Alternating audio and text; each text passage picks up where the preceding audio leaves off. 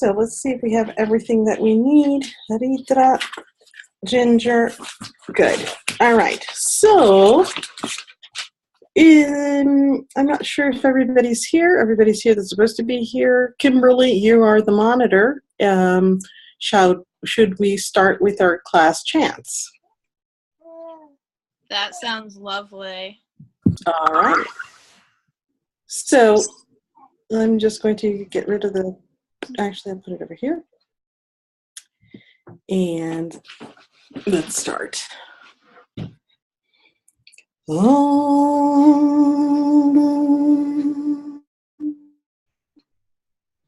Gananam Tva Ganapatim Havamahe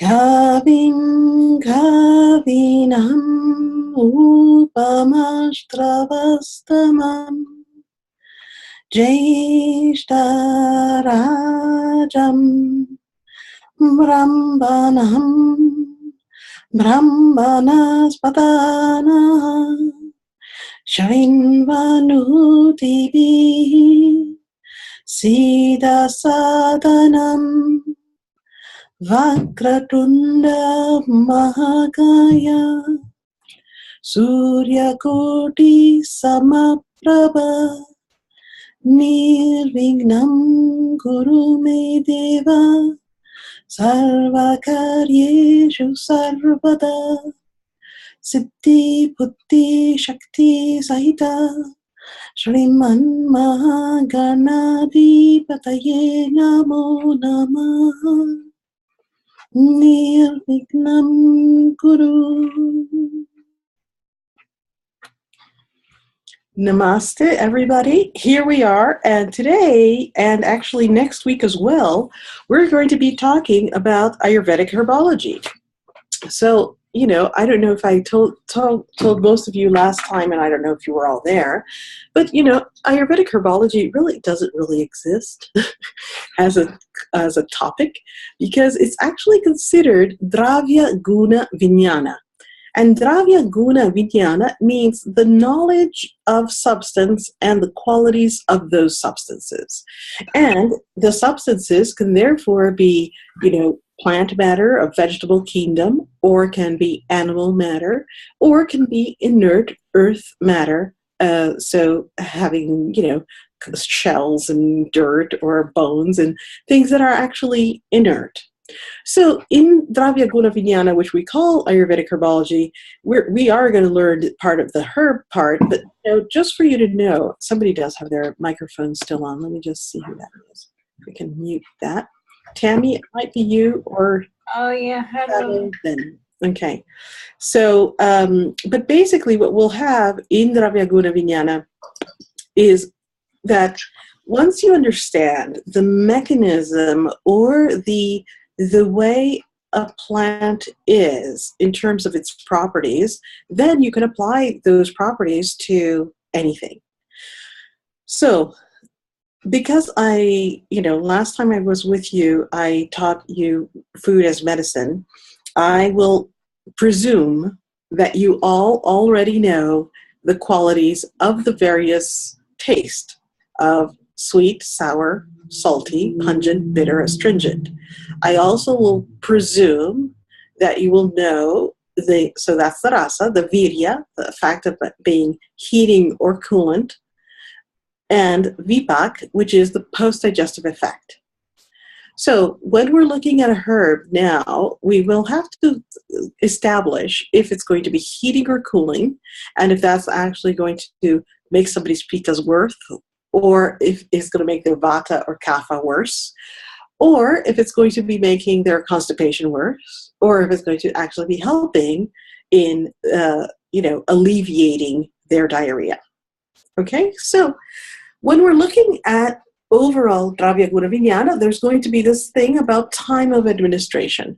So what I've decided to do today is we're going to cover the Ayurvedic time of administration, and then we're going to cover the spices, which are going to be the cilantro, the long pepper, the black pepper, fennel, turmeric, and ginger.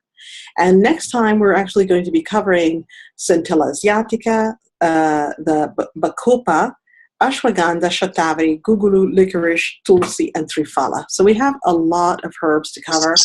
And I'm just hoping that you do have either the Yoga of Herbs as a book, or Dr. Ladd's Volume 3 of the textbook, or Sebastian Pohl's Ayurvedic Medicine. If you have Sebastian Pohl's Ayurvedic Medicine, I strongly recommend that you read further into each herb that I'm going to be talking to you about today. So, in the times of administration, Ayurveda would say that if you have excess kapha, the best time to take your herb would actually be on an empty stomach. Now, if we are trying to reduce fat, or if we're trying to work on elimination, or if we're trying to tone the intestinal muscle, then we actually would take our herbs before a meal. And by before a meal, we're normally talking 10 to 15 minutes, half an hour before a meal. If we're truly having gastric disorders, like hyperacidity or hyperperistalsis, we might want to be taking our herbs with the meal itself. So we're eating and we're taking the herbs during the meal. Now, if instead we are really having a necessity of actually building the body, or if we're taking care of anything that's going to be upper respiratory, we're normally going to be taking the herbs after the meal.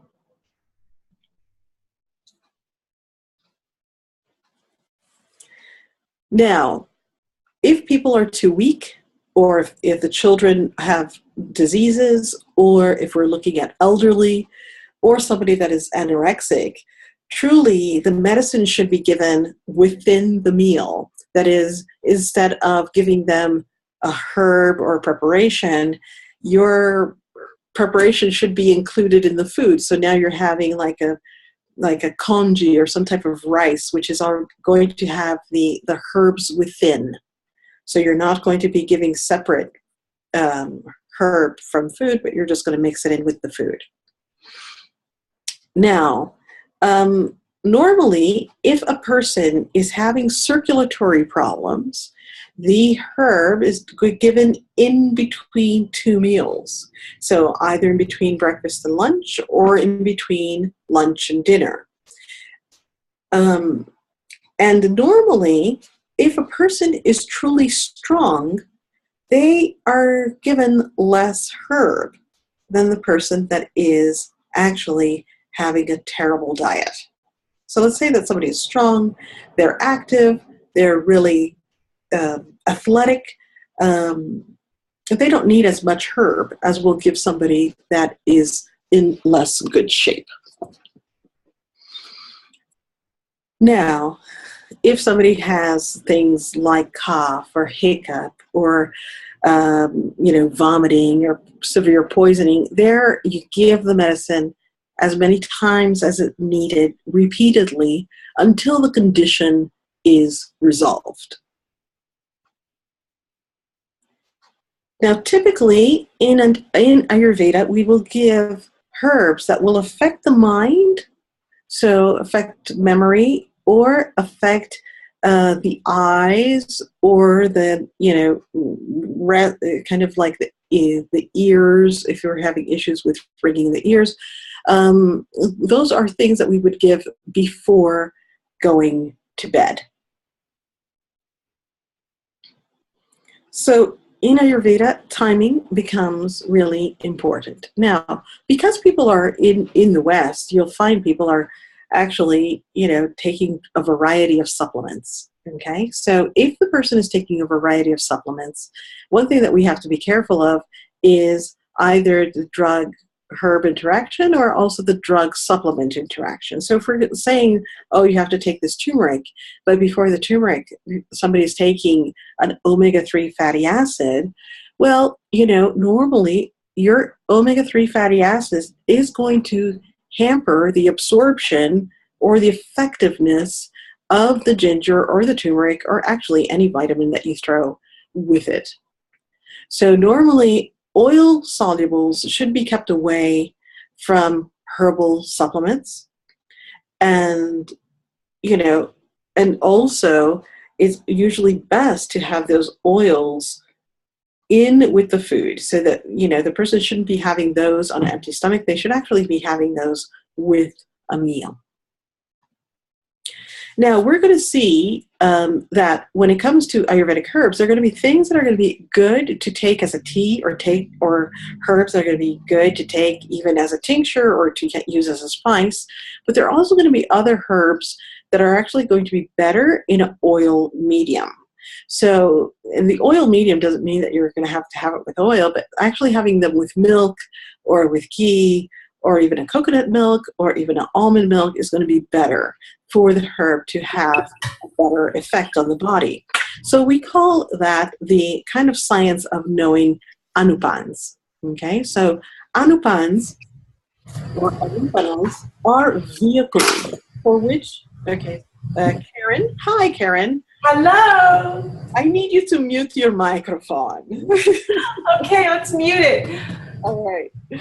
So anupans are considered vehicles, and basically, so normally we could say, oh, you should take this herb with water, or oh, you should take this herb with honey, or you could take this herb with ghee, or you could take this herb with milk. So what I can give you next week when we do go into the herbs really used as medicine and not the ones as spices is a specific anupan for the different doshas, because different doshas will have different anupans, but also you need to sometimes realize that if there is a toxic condition in the body, you really want to stay away from using lipophilic anupans. So your milk or your coconut milk or your almond milk or using herbs like shatavari can actually increase the toxicity, because toxicity is actually considered heavy, it's considered oily, and it's considered spreading. And these substances by nature are also heavy, spreading, and actually cold. Okay, so what we'll do today is cover the spices, because normally before you start giving a herb, herbs are normally used for a variety of things. And when we look at herbs, yes, I will spell anupan for you. So it's anupana all together. So when we're looking at herbs, and we're looking at Ayurveda, herbs can be normally they have to be available, they have to be sustainable, they have to actually help the person overall. However, normally you would want to make sure that they don't have as much toxicity, because you don't want to build on top of toxicity.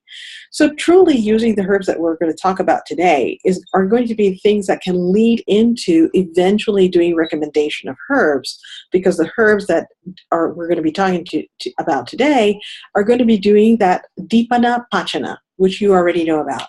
So they're going to be kindling the digestive fire, and they're going to be actually burning away toxicity.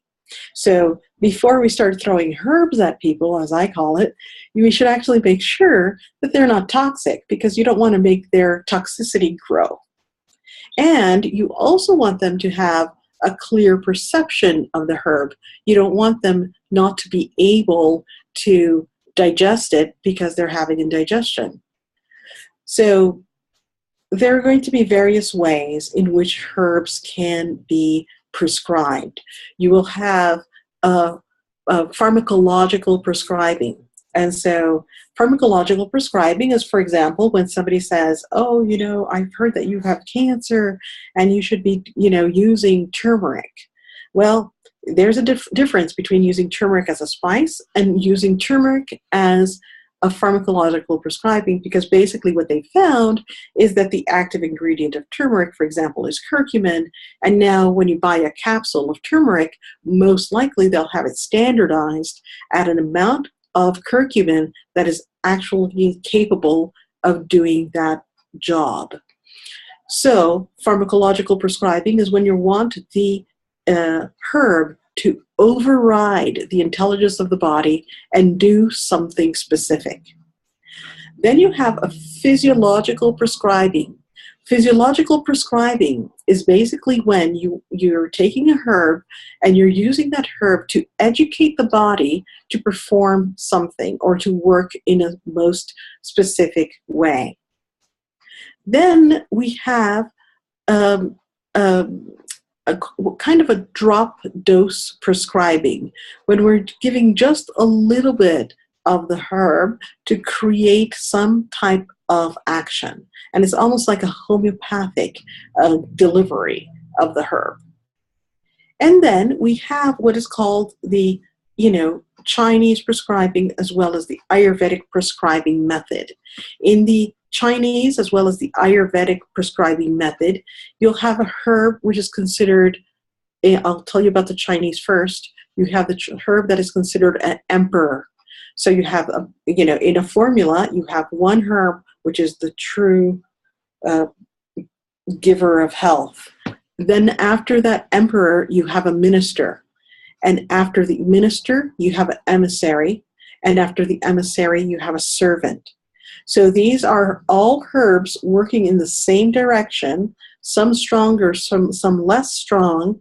And then the servant is basically the herb that helps balance or clean up the mess. Because now we gave 5 different heating herbs. And in order for them not to be sweating all the time, now we have the servant herb, which is actually going to help kind of balance the unbalance that the herbal formula created. In Ayurveda, instead, what we have, very similar type of prescribing, we have what is called a dosha pratyanika. I'll write it here, pratyanika.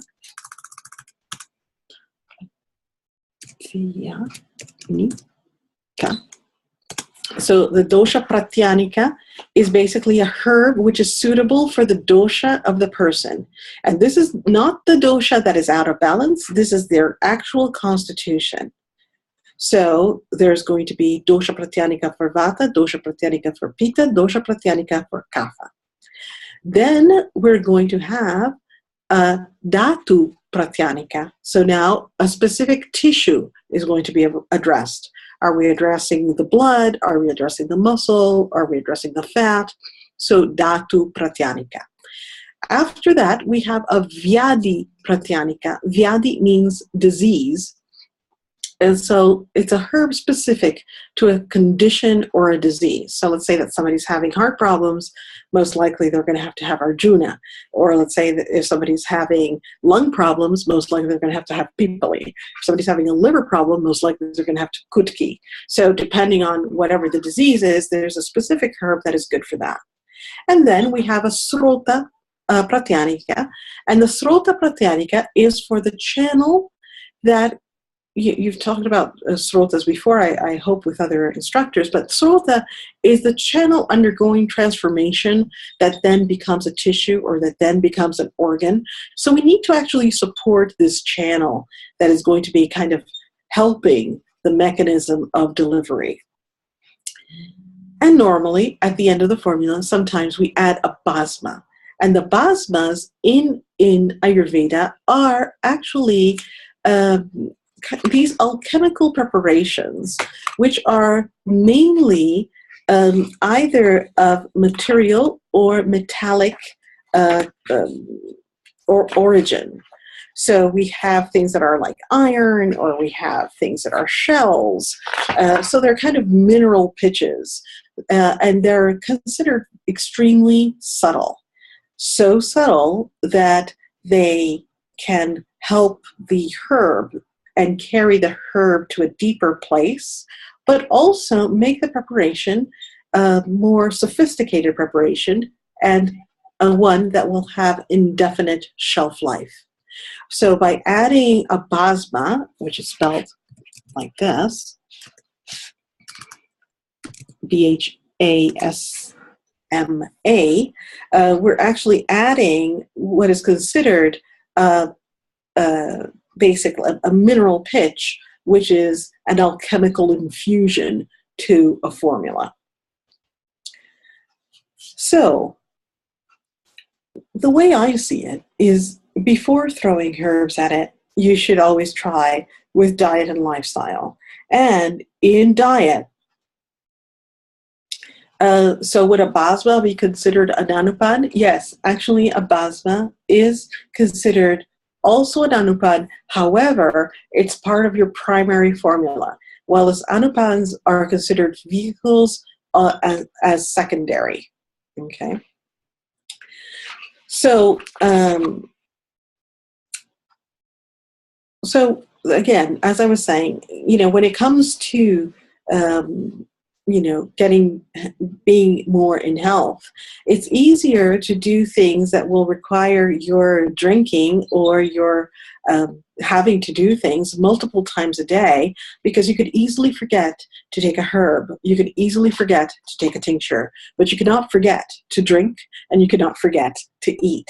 So either in drinks or in food, we could actually help people by adding specific spices.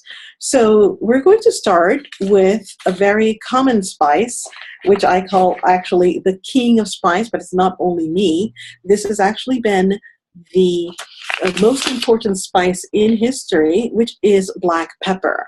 So black pepper is called the king of spice in India, and in Ayurveda we call it maricha. You're going to have it, if you have the Sebastian Pole book, it's going to be on page 237. This herb is actually one of the most important herbs, because not only has it been worked with for 4,000 years, but it's one of the most important herbs because it really is helpful for alleviating toxicity. So the energetics is going to be that the taste is going to be pungent, the potency is going to be heating, and the post-digestive effect is actually considered sweet. Now, you'll have different books that will say, oh, no, it's still pungent, others that it's sweet. But realistically, Charaka will say that the older the black pepper is, the sweeter it becomes. So actually, it's almost the older, the better. Now, the cultivation this is actually something that grows in Southeast Asia and also in India. And normally, they actually grow on bigger trees, and so they need the support of stakes or other trees truly to grow. Now, a lot of times, you'll find that black pepper is actually sold as a variety of other things. So you'll have black pepper, green pepper, red pepper, white pepper. This is all the same. This is all black pepper. They're just picked at different times or processed in different ways. So the green peppercorns are basically unripe and normally pickled. And then black peppercorns are basically also picked unripe and then dried. The red peppercorns are actually the ones that are really brought to full ripeness and then dried. And the white peppercorns are basically picked ripe, but then they're soaked in water, and then they're kept for 8 days in water before they're dried. And so white pepper is considered the mildest form of black pepper. So if you're trying to get burn ama, or if you're trying to really get rid of toxicity, you really don't want to be working too much with white pepper, but if that's all you can handle, that's fine, but black pepper is considered the best. So in general, this is going to be stimulating for the digestive tract. It's going to be stimulating circulation. It's warming overall, and it's also considered the antidote to cold foods or raw foods or salads. So let's say that, you've been told, you shouldn't be having salad. Well, if you put enough black pepper and oil on it, now you can have your salad. Or you've been told, you shouldn't be having the pizza because the pizza has too much cheese and that's congestive. Yes, it is. But the black pepper is the antidote to that cheese. So basically, it is used to really get rid of toxicity and the cold quality of foods. So your food can be cold, but as long as you put the black pepper on it, now it doesn't create the same type of effect that you would have just by cold quality itself. So it's considered that it also clears the deposits of kapha that are on the tongue, in the throat, and in the chest. So basically, this is considered one of the best remedies if somebody has, kind of cold congestion cough or can't get over their cold congestion cough. Now, it is also used as a rasayana for those that can't digest milk. So by adding the pepper to milk, you can actually digest milk in a better way. So it is considered to open all srotas and to remove all kapha, which is deep-rooted. So if you have a deep-rooted kapha or just congestion, normally maricha is considered the best one to use. Now, it is said that it will clear the head. It will actually eliminate any type of parasite, and it will definitely eliminate ama, eliminate the toxicity. So there are a multitude of ways of having it. Yes, you can have it in your food, but you can also mix it in with honey if you're using it as a mucus cleanser. You could actually make a medicated ghee and use that ghee if there is sinus congestion or headaches from sinus congestion. You can add half a teaspoon to a cup of milk, and believe it or not, you can actually make a tincture as well using 65% alcohol, and then use a tincture of black pepper. So maricha has affinity to blood. It will have affinity to the digestive tract, as well as having affinity to cleansing the channels for male reproductive stimuli.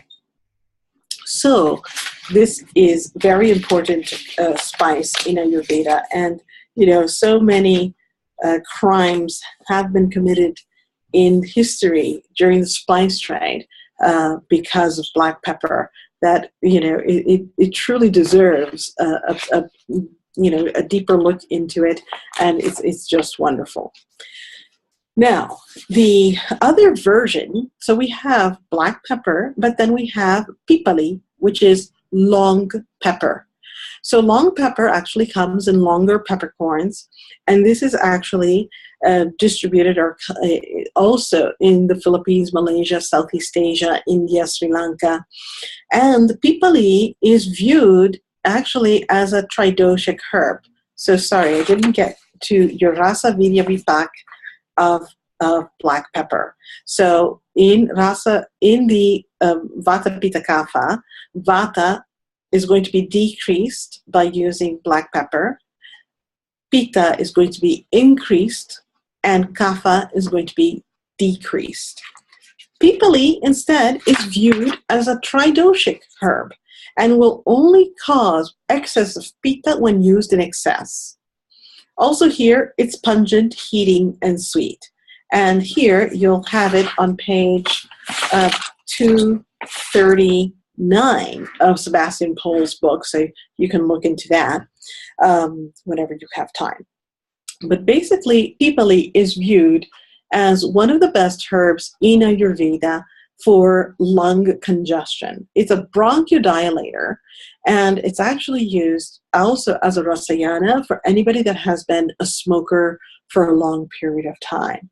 So people that are smokers for a long period of times, I'm talking like 10, 15, 20 years, when it comes to the winter or changes of temperature, normally start producing mucus or coughs or, just have respiratory distress.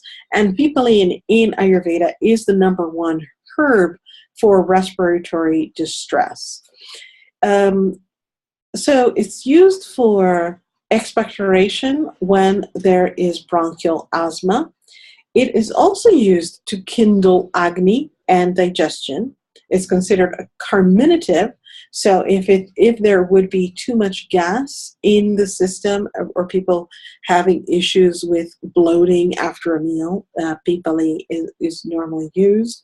But it also improves the bhuta agnis, which are the elemental agnis in the liver, and improves overall liver function. It can be used, it has been used to reduce weight in cases of obesity, and it definitely is very effective when used when people have rheumatoid arthritis, which in Ayurveda is called ama vata. So, long pepper can do a myriad of things, but I find that it's very, very easy to use as an overall rasayana. Now, it's part of trikatu. So trikatu means three pungents, right? So this is black pepper, long pepper, and ginger. And this formula is normally given when people have lack of appetite or have indigestion or have toxicity. And it's overall considered a heating or warming formula. So ideal for either vata or kapha, but not necessarily ideal for pitta. And what we'll find is, the herbs that we're going to be talking about today, very little is ideal for pitta because they're all quite heating.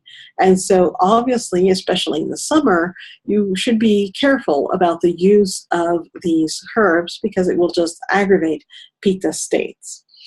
But overall, when it comes to pipali has been used for enlarged liver, enlarged spleen, for, again, issues with the respiratory tract, but there's new developments in the study of pipali against cancer, and I think we're going to have to do some more investigation on that.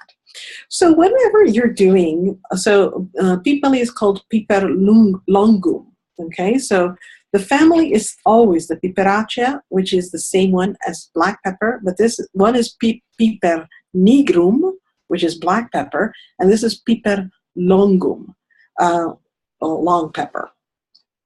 Now, normally, whenever you want to do research on a herb, I highly recommend going, you can go online. The University of Maryland actually has a beautiful resource online. But the University of Maryland has a great resource as well as PubMed. But when you're looking for your herbs, you need to know your Latin binomials. And whenever you're doing a search, you're always going to put your Latin binomial followed by EDU, because EDU are the education in universities, and so they're going to have more clear research. Whenever you're looking into a company, of course they're going to be promoting their product and touting the benefits of a herb, but you really want to have either PubMed or the University of Maryland or a natural standard because they're kind of more diplomatic. They're looking at various studies and various research from different angles, and they're going to give you a better, clear view. So if you want to do more research on long pepper, I highly recommend those websites. Now, one of the few herbs that we have in Ayurveda, which is actually, there's one more thing. I'm going to have to, there's so little time to talk about so many herbs, but there's so many things that you need to know. So one of the things that you need to know is that there is this, school of thought in alchemy, which is part of also herbology, that says that plants are of specific dominions. Okay, so we would say that a plant has affinity towards one planet versus another planet. So pepper has affinity to the sun. It carries with it the energy of the sun. And basically, if you're going to do anything with black pepper but it's too heating and you don't want to really do it, and you only want to do it once a week, well, the best day to do it would be Sunday, because Sunday is under the dominion of the sun. I presume that you know all of the days of the week and their planetary influences. Do you or do you not? You can answer in the chat box.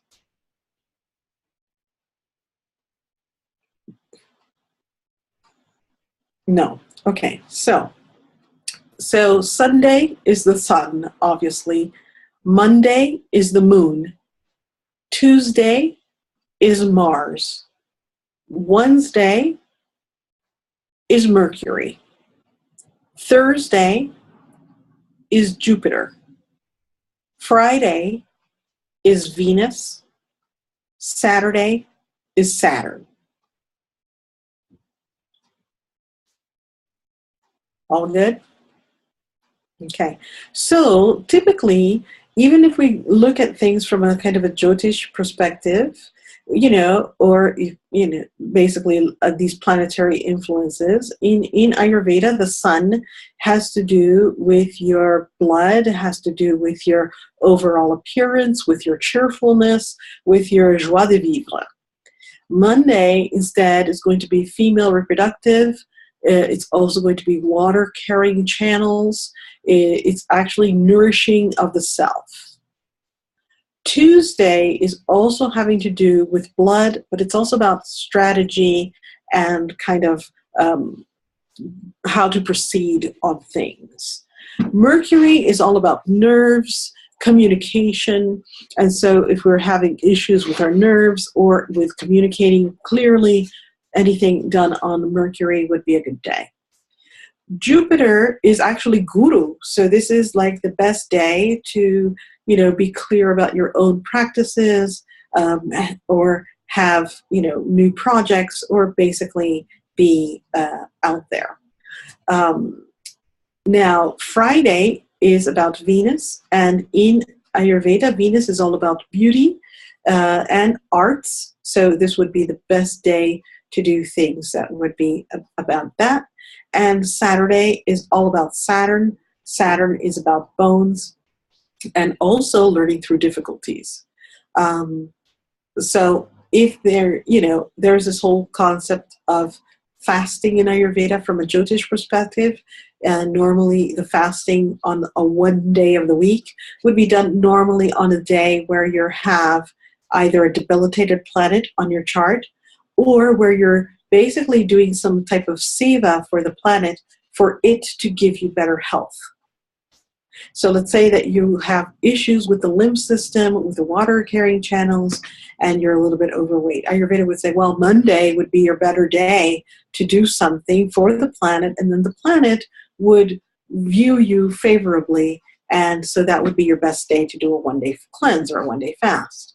If you're having problems with your nerves, Ayurveda would say, well, maybe you would want to consider doing this type of, one-day fast or paying attention to this on a Wednesday, because that's under the dominion of Mercury. Therefore, this would be the better thing. When it comes to plants, we view things also this way in the terms that normally plants are supposed to be picked, before the full moon, in order not to take all of the soma away from the plant. However, there are better days to pick a plant because it's actually in Digbala. It's like exalted. So if I would pick a black pepper on a Sunday, that would be an exalted black pepper day.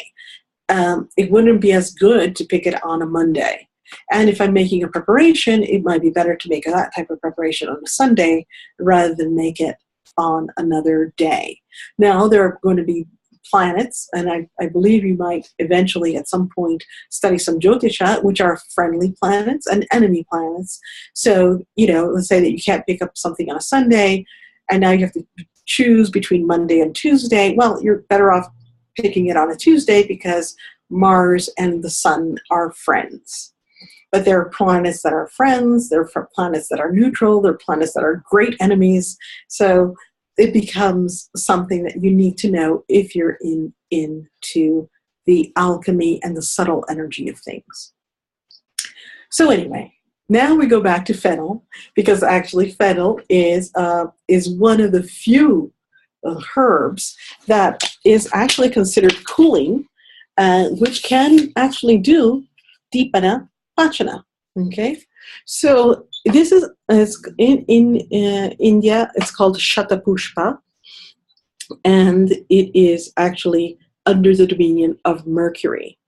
Now, we consider this, and we always study this as an Ayurvedic herb, but realistically, this is native to the Mediterranean region, and it was brought to India. So although, every time you go to an Indian restaurant, you have fennel there sitting on a dish, this is not native to India. It was actually imported in part of the spice trade. Overall, it's considered tridoshic, and it will increase kapha when used in excess.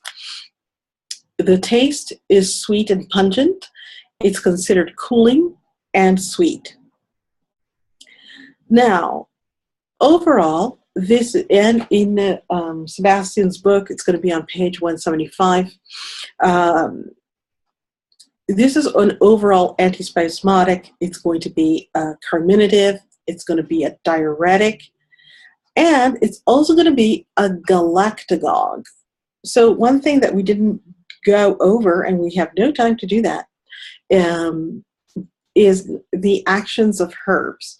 So galactagogue is not a Star Trek ship or something, but actually means that it increases breast milk. Okay, so basically by having fennel, if somebody is pregnant, it would actually help increase production of breast milk.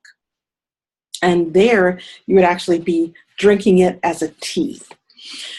So, but overall, this is considered one of the best herbs for when there's bloating, when there's gas, and it's also used, for conjunctivitis. So, so it does Dipan Pachan. It really has a little bit of a purgative nature, so it actually releases, or what is called eliminates amadosha, as if ama is a dosha, from the body. But overall, it's used whenever there are burning sensations. So for burning sensations, which are in the GI tract, but also externally. So let's say that somebody has, burning of the eyes, or burning in any area of the body. You can either make a tea, or it is actually used as you can actually make a paste out of the fresh fennel and put it topically. But basically, it is used for a variety of things. So for burning, we can actually make your fennel tea, or add, Ayurveda sari is very big in sugar. So a lot of times you'll have preparations like Sitopaladi, Talisadi, which have in the adi, which means etc., sugar. And so fennel is one, because sugar is viewed as a cooling thing that can be added to fennel if fennel is not strong enough. So if your fennel is not taking care of the burning sensation of the urinary tract infection, or the burning sensation that you have in the GI tract, Ayurveda would say, well, add some sugar, and that should do it. It's also used if somebody has edema, and so normally we add 1 teaspoon to 1 cup of water, and we drink that twice a day. It can also be, used as, and I must say, it's very interesting, because when you use the fennel seeds are actually considered a little bit more heating than the fennel bulb itself. So the fennel bulb itself should be eaten anytime somebody has issues with the GI tract, or if they have worms or parasites, because this is actually a very good vermifuge. It actually helps, and you would actually be able to see the parasites in the stool or the worms in the stool. Now, for indigestion, we usually use fennel mixed with cumin after a meal. So you have to have a teaspoon of fennel, half a teaspoon of cumin, and that can be made as a tea, or actually that can be chewed. Now, you could have it in terms of the fennel plant. You can have the fennel bulb, and you can eat that. You can juice it. You can put it on a salad. You can actually even saute or roast it. and eat it as a vegetable, or you can actually be using the fennel seeds. So obviously, it's easier to find the fennel seeds, but using the whole plant is actually good. And drinking the tea is said to dispel intestinal worms. Now, we need to be careful because fennel has a high estrogenic effect. It has a strong estrogen action. So if somebody has estrogen sensitivity, they actually need to stay away from fennel, because basically, eventually, they'll develop fibrocystic changes in the breast, or might compound some complication which might lead to estrogen-sensitive cancers. Now, the essential oil of fennel is available, but it is actually considered extremely toxic, pro-cancerogenic. Very few oils are pro-cancerogenic, but fennel is one of them. But we still use it sometimes if there needs to be a blend that needs to be placed on the abdomen for worms. But yeah, truly, drinking fennel tea is truly excellent when there are worms. So you might wonder, how does somebody know if they have worms in their GI tract? In Chikitsa, and actually in kind of finding the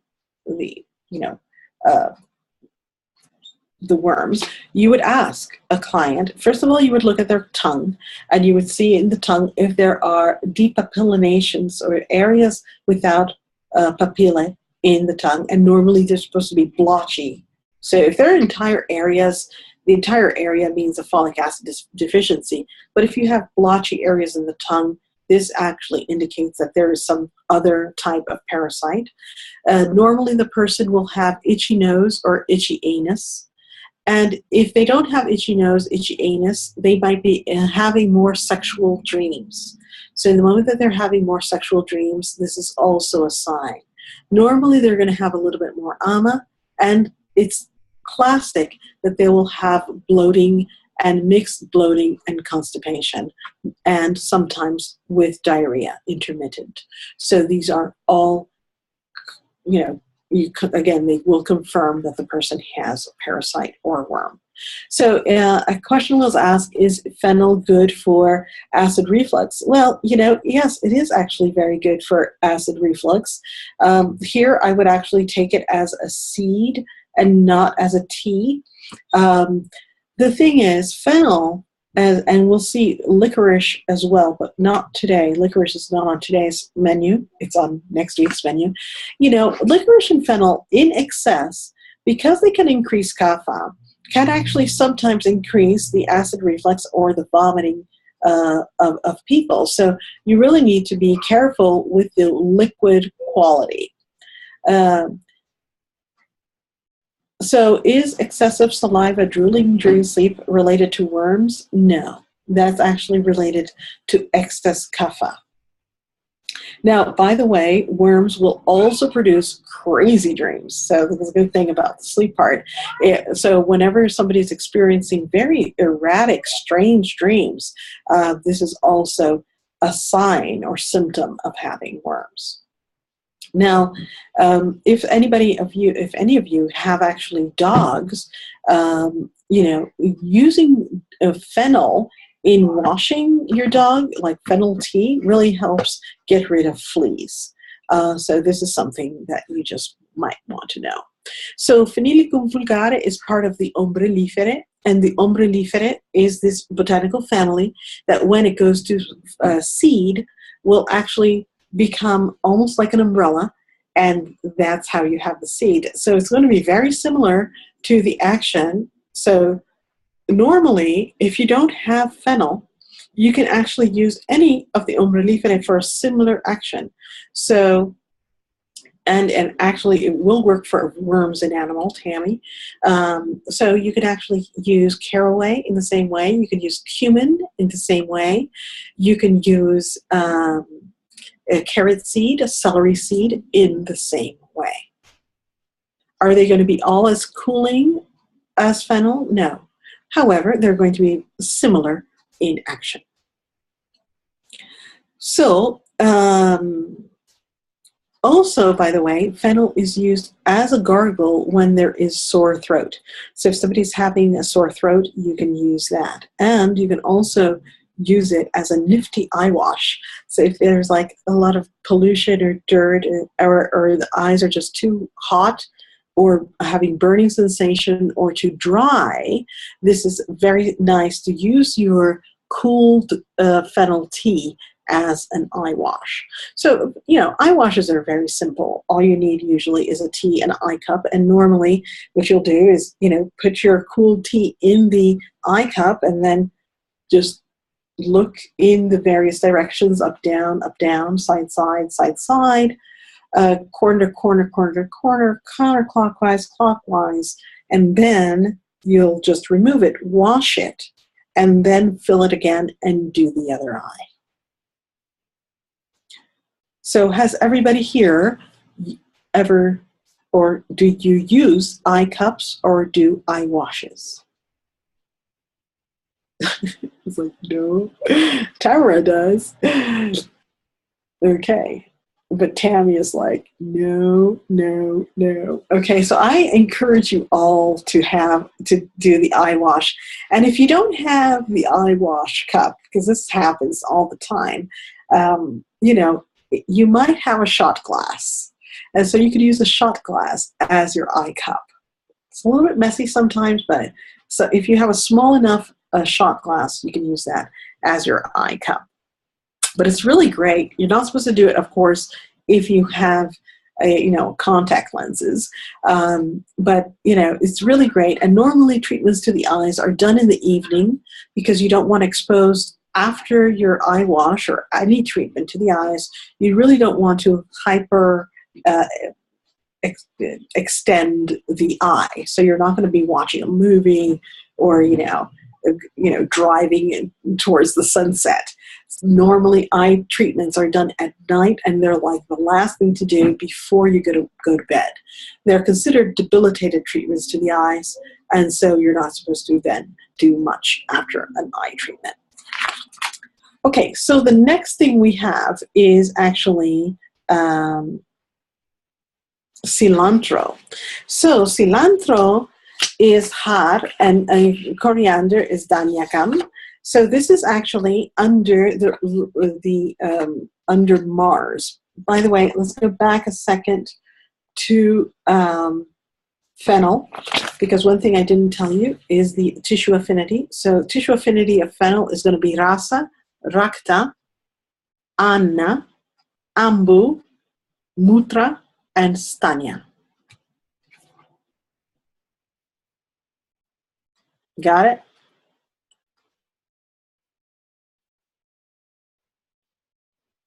Okay. All right. So now our coriander, which is one of my favorites, is actually also under the Umbelliferae family, and it's considered a tridocic herb. It's considered bitter pungent, cooling, and pungent. So the leaves are basically 84% water, and it's considered a primary spice for Pitta type as a leaf. The seed is considered a little bit more heating.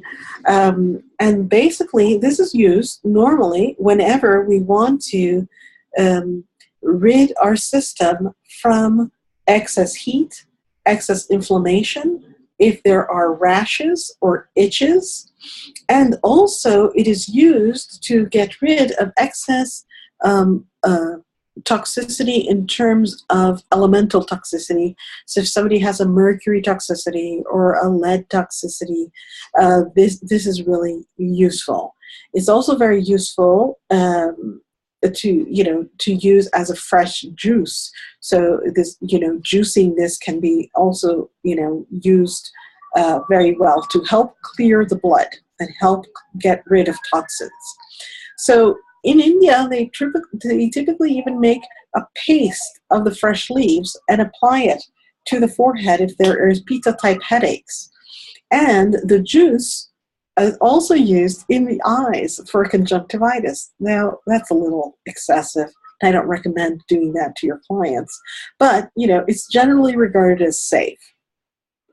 Now, coriander water is normally recommended at the first signs of fever. It's considered a febrifuge and a refrigerant. And it also neutralizes stings and poisons. So if you get some type of bite of any insect or sting, normally the go-to is actually cilantro. It can be rubbed directly on the area, but actually either juicing it or eating it is going to be helping the effect of the allergic reaction. Now, it's also used when there is urinary tract burning sensations. And typically, we use 1 teaspoon of coriander now. We're using the coriander powder with 1 teaspoon of amalaki and in 1 cup of milk. And we bring that to a boil, and then we use that when we have the UTI. So sometimes in Ayurveda, we will also say you might want to be doing, adding the coriander or adding the cilantro to the rice, or adding coriander and cumin with sugar to milk. So are migraines considered an imbalance of a specific dosha? Absolutely. Migraines are normally considered an imbalance of pitta dosha. And it's normally vata pushing the pitta, but it's normally a pitta condition. Normally when we're dealing with migraines, you always want to deal with lowering the pitta. So, but now coriander, truly it is really a cool weather crop. So this is something that you can actually all plant some. It's easy to grow. Unfortunately, it bolts quite quickly. So you can, on one hand, the bolting is good because when it bolts, then that's how you get your coriander. So it's the cilantro plant that yields your coriander. So, are there any questions out there? Because I know I'm talking like a train wreck because there's so much to cover in so little time. But do you have any questions?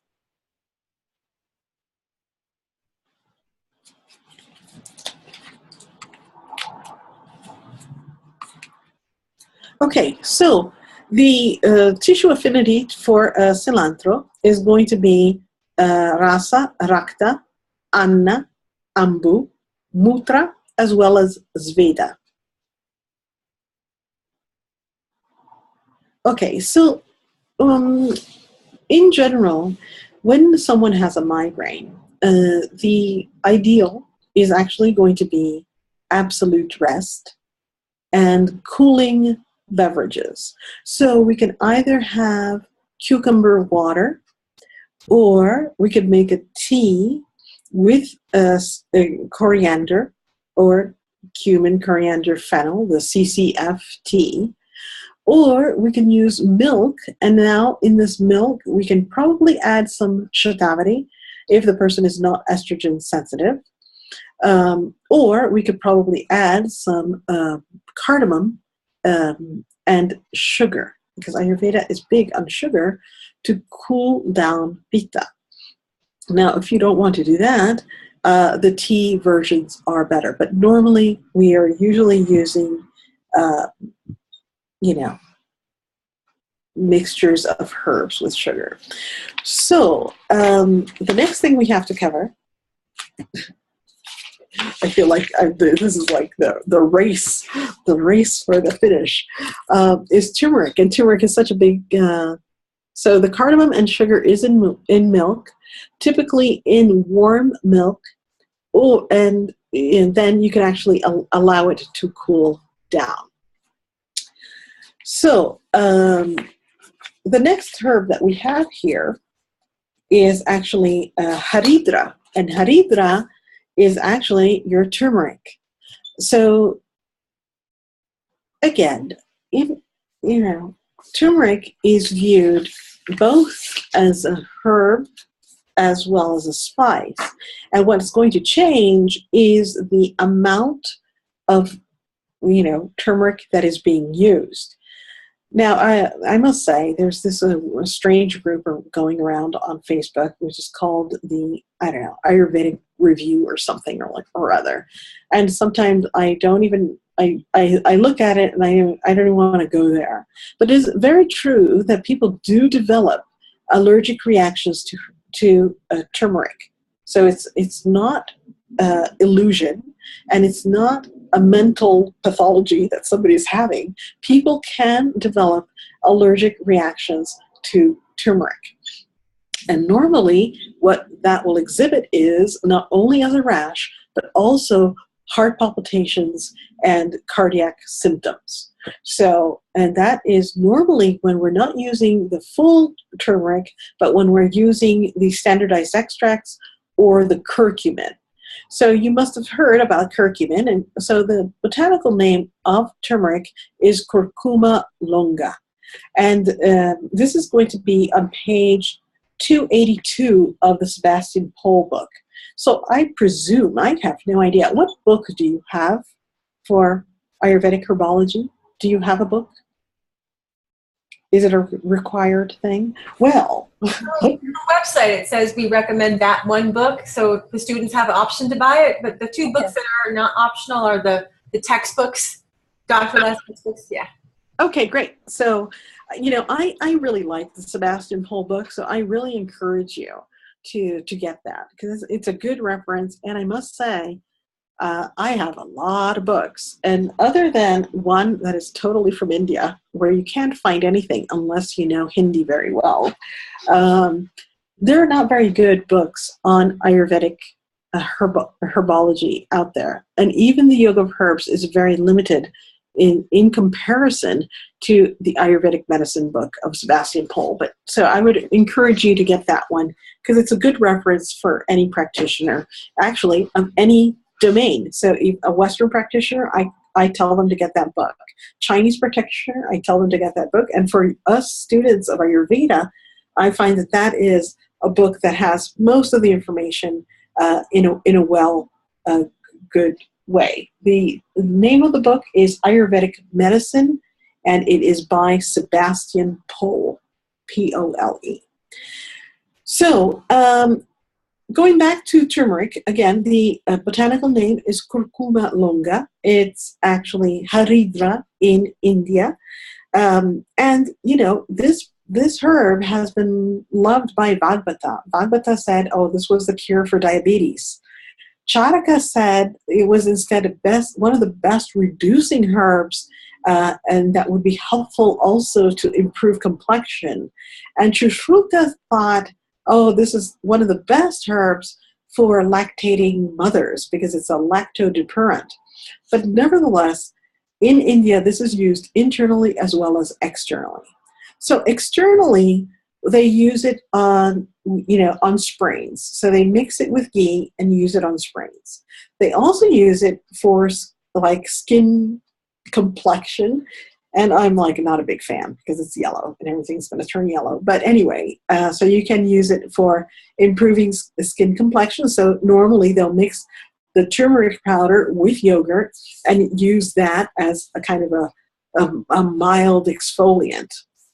Then you can also use it as eye wash by using 1 teaspoon, normally in 1 cup of water, strained. And that is used when there are inflammations or irritations of the eye. And, the fumes of the turmeric is something that I usually recommend anybody that has congestion, cold, or some type of bronchospasm that they cannot control. So normally you would just take the turmeric, chop it, and actually put it in a cast iron skillet and inhale the fumes. And this is super liberating. It really opens the sinuses and opens the bronchi. Now, internally, typically, we're going to be either using it with food, so you're in your vegetables and your stir fries, or when you're cooking different types of meats. But, in India, they'll say, well, you can actually have it with milk in cases of cough, and also you can just have it Absolutely. For kids, not a problem. And you can also use it when you have, different issues internally. So it is considered one of the best herbs to increase rasa dhatu agni.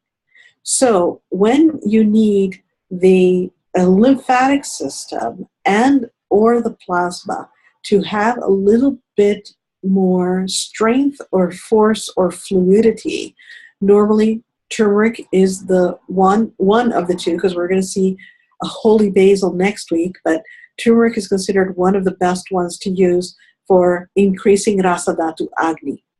It's also going to be used as stania purification. So remember we talked about fennel being a galactagogue. Yes, but if you're toxic, you don't necessarily want to have toxic breast milk. So you could actually use turmeric to actually help in cleanse the breast milk. It's also used for postpartum uterus cleansing. So let's say that somebody's pregnant, now they delivered, and now there's a sense of toxicity, or let's say that somebody had a miscarriage and there's a sense of toxicity. Normally, turmeric is used to kind of clear things, clear the blood, clear the rasa, clear the artava srotas. It's also used to digest ama, so to get rid of the toxicity, to get rid of kapha, and to get rid of excess fat in diabetes. And also to decrease, so I'm sorry, I didn't tell you this piece. So the taste is bitter, astringent, pungent. It's heating, but it's pungent in post-digestive effect. So because it's pungent in post-digestive effect, it's going to decrease the urinary output, making it excellent for somebody that's in a pre-diabetic state or someone that has urinary issues of excess urination. Okay, so in diabetic states, normally people will have, constant urination at night, getting up, and or just having, glucosuria, so having sugar in the urine. And this is actually considered one that actually helps treat that. So this turmeric is normally seen as one of the best remedies for this.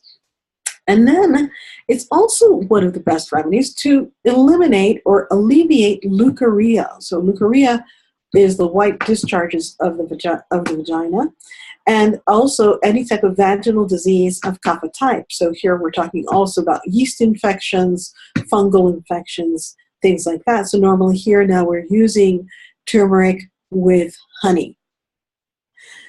Now, it is recently, it's not recent anymore, but I would say that in the last 10, 15 years, it's been looked at very much as an anti-cancer herb, because they've actually seen how it protects against lesions in the colon, in the breast, in the duodenum, and also for the skin. So now it's also used for any type of any of those cancers. Now, it is also very true that it's said that it helps get rid of parasites and worms. But I would say there are so many better herbs for that, that you wouldn't want to be using this herb necessarily for that. But that's going to actually happen. Another thing is that they say that this is also very good in cases of hepatitis. I would say, well, it's a mildly good herb in cases of hepatitis, but hepatitis is an inflammation. And although turmeric is an anti-inflammatory herb, it is actually heating. And it's in the gamut of heating, it is really heating. It's not like, the seeds of fennel that are heating, that are just like mildly heating. This is truly heating. So if somebody already has issues with heat, within 3 days of taking haritra, they might develop more of, a rash, or more, heat flashes at night.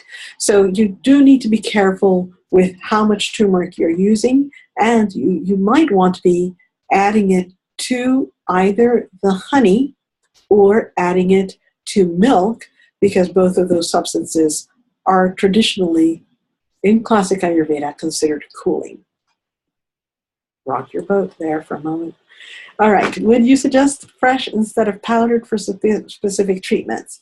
Yes. I mean, normally fresh I find is actually considered more better overall, more effective. But on the other hand, powder has more longevity. So normally what I usually recommend is for people to buy, if they can, buy the turmeric fresh and then actually chop it into little pieces and store it in their freezer and then add it to the food, one nail at a time. So if you're adding it to your food, it will actually help in prevention. So in prevention of, duodenal or cancer lesions of the colon. But if we're actually, if we're doing the fume inhalation, definitely you would want it to be, your fresh. So if we're eating it or we're doing the fumes, fresh. If we're making a tea, fresh is always better. But if we're going to be taking it for the lactodepurant thing, or if we're going to be taking it for the reduction of urinary output, kapha, then, there it doesn't matter. It can be even encapsulated. It really doesn't matter. So you can use it. You have the full spectrum. You gotta have capsules. You can have stephanized extract. There is tincture available. You can have decoctions. You can mix it in with honey. This is something that is, you can mix it in various ways to make it a positive thing. But there are people that are going to be allergic to it. So just be mindful. So the next one that we have is actually ardraka. Give me a second, because I want to make sure that I don't forget to tell you something. And so ginger is ardra. Ardra should be here.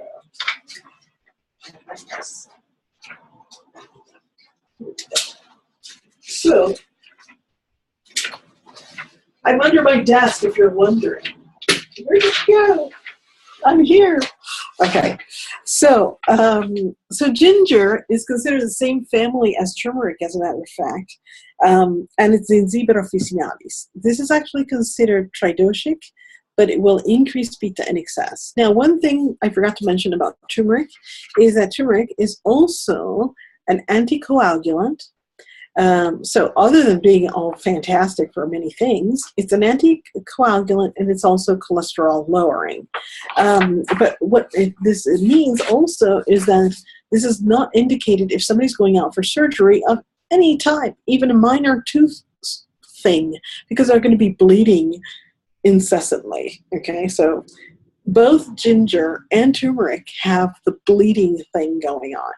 If you already have heavy cycles, you might not want to be taking turmeric during your bleeding phase because you'll have even more bleeding because it's an anticoagulant and it's a blood thinner. So, and it's heating. So you're going to have all things going wrong for you. So just be mindful of that. So sometimes when we study herbs, you're like studying the herbs, and then it's remaining in isolation, and you can't have your herbs remain in isolation. Think of it when you're cooking. Think about yourself, and sometimes you don't need to be in the position of taking something when it's not good for you. So ginger is considered pungent, heating, and it's considered sweet when it's fresh, and pungent when it is dry. So typically, ginger is considered, it's under the dominion of the sun, as was turmeric, by the way. And normally, this is viewed as one of the top herbs in Ayurveda for that ama dipan pachan. So it helps get rid of, kindle and stoke the digestive fire and also burn it away. So it stimulates the digestive fire. I would say that would be number one use of it. The second use of it is expectoration, or relieving pulmonary congestion. So let's say that somebody has like a little bit of phlegm in their throat or a tickle in their throat, the normal thing I will always have them do is to chew on some ginger candy or get some pickled ginger out of the refrigerator or actually add some ginger powder to honey, because this will alleviate immediately any type of pulmonary congestion. So let's say that even you ate a pizza last night and you decided to have some beer with it, and then you go home and you're all congested and you think, oh my God, I'm going to die tonight. Well, just take some honey and some ginger, and this will just like break it and get rid of that type of congestion.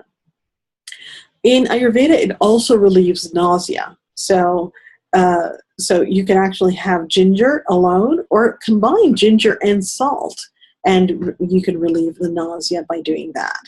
It is considered an antispasmodic, so if you have a stomach ache, you could just make a ginger tea and it will help.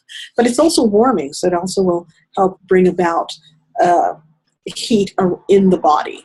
So it's also, people don't really pay much attention, but in general, when we eat, it is normal for the body temperature to drop a little, and it's also normal for the attention span to drop a little.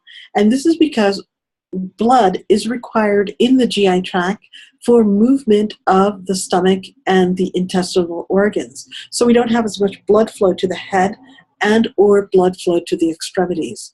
So actually having a cup of ginger tea after a meal not only will help the digestion, but also improve overall mental function after a meal and overall circulation. Then ginger is also very good in reducing cholesterol.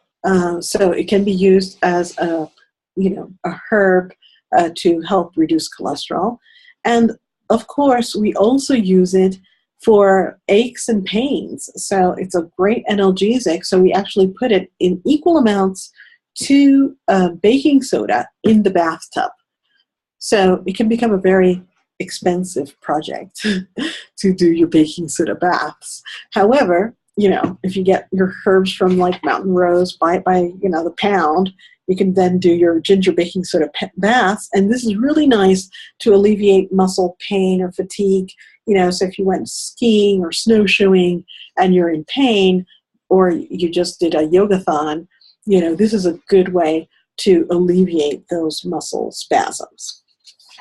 But overall, ginger is really good for a variety of things, including I call it the modern Raynaud's syndrome, where people in the north, usually and smokers, and typically women, will actually get really, really cold hands or really, really cold feet.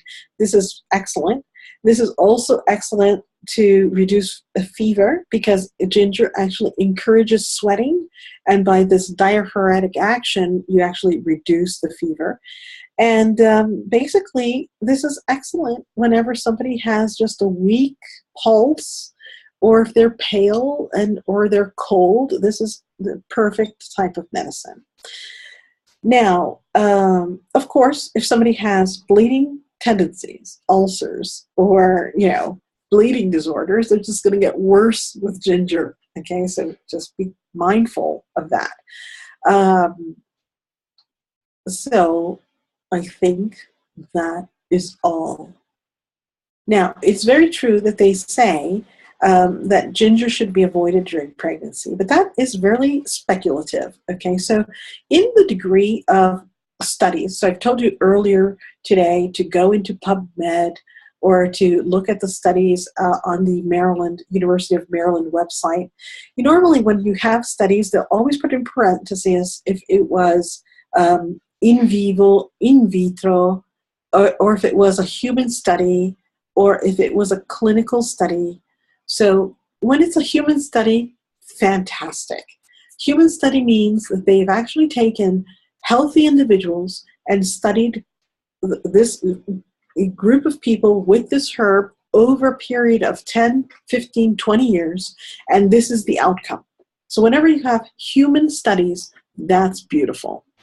When they have human clinical studies, normally they're taking people that have a condition and actually give them a herb.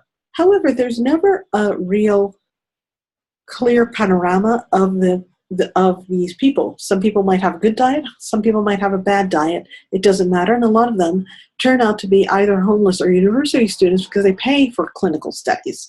So a lot of people that are doing the clinical studies are university students on bad diets or homeless people on bad diets. And so now we have, but still, it's on human clinical studies. That's still a good study. When you have human case reports, those you should forget about, because human case report is as if I would have Pitta raging, and then I go down to my local Whole Foods and ask the person that is selling in the supplement department, what should I take for my indigestion? And she recommends ginger. And then I take the ginger and then I explode, and then I have bleeding tendencies. I'm going to be writing a report, and this is the human case report. So human case report should not be viewed as a real study, because basically that's just the person reporting in, they took it, but we don't know why they took it or what was their condition. When we have something that is ex vivo, is basically from a live cell. So normally they take a live cell from a person, typically, or from an animal, and they put it on a petri dish with an extract of a plant matter. So the extract of the plant matter on a cell is going to have some specific action. In vivo means basically that now they're doing a test on mice or on pigs on the reaction to a specific extract. Then we have speculative. Empirical and speculative means that they're taking information that they have from either chemical components or from other plants that are similar, and they speculate that it might be doing this. So the risk of hemorrhage, for example, prior to surgery, or the miscarriage for pregnancy, these are speculative. This has not actually happened, that people infer that it might happen. So I must say that when it comes to my clients, especially when they're pregnant and they have nausea, I will typically tell them to take a ginger candy and break it up into 4 pieces and to have a little piece of that ginger candy to alleviate their nausea. This is not going to create a miscarriage or an abortion just because they're having that. That will help with the nausea. And actually, there's nothing like ginger to alleviate nausea. The next best thing would be actually using lemon. So you can either use ginger, or you can use lemon, or you can use peppermint. However, peppermint is a neurotoxic, so you don't want to necessarily use too much of it anyway. So, unfortunately, my talk, it's like the roller coaster ride. And it's like, oh my God, I did manage to do it in an hour and a half.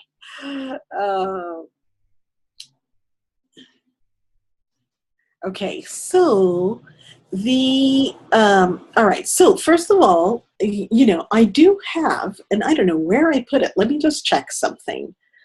I think I put it on my Pinterest board, but I'm not too sure. So let me just check. So on my Pinterest board, I think I have 23 boards, just to bore you now. And I think I have, let's see here. Yes, I have herbs and pets. Okay, so I have a herbs and pet board. And in the herb and pet board, you'll be amazed, there is actually, where is it? I can't see it. Well, maybe not. Well, I'll put it there in a moment then. But there is, so there's a board for dogs and pets, but what I'm not seeing is the amount of herb that you should be giving your pet dependent on the weight of your pet. And I do have that as a document, so I'll post it on that board and you can see. So normally, so a question came in about in, using herbs for the dogs. So depending on the weight and the size of your dog, you can actually use herbs. And there's a list of herbs that are safe for cats and dogs. Actually, it's one big list. One has a list that is good for cats, good for dogs, good for cats, and then depending on their weight, how much you can give them. So yes, that will be up and running on the Pinterest board. That way you can all see it.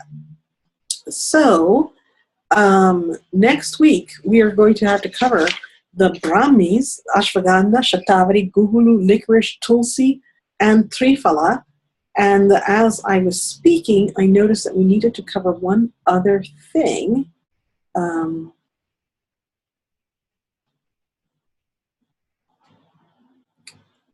it eludes me. But anyway, I would highly recommend that of the herbs that we've covered, which are cilantro, long pepper, black pepper, fennel, turmeric, and ginger, you read up more from other sources. And then if you have questions, you can ask me those questions.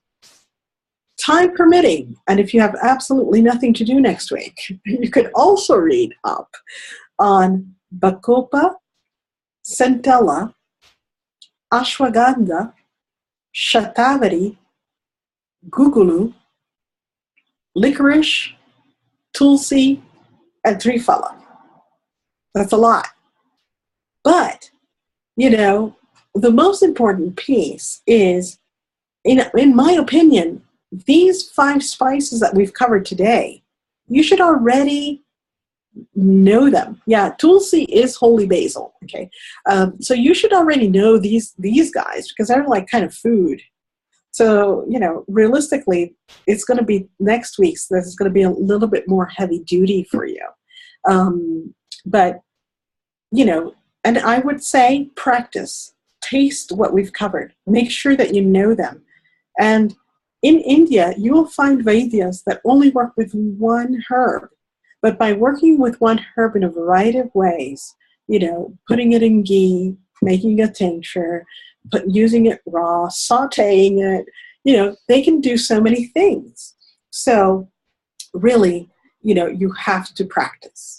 All right, my time is up. I see people are leaving. So, Om Shanti, Shanti, Shanti, and I'll see you next week. All right. Goodbye, everyone. Hi, thank you so much. You are so welcome. That was awesome.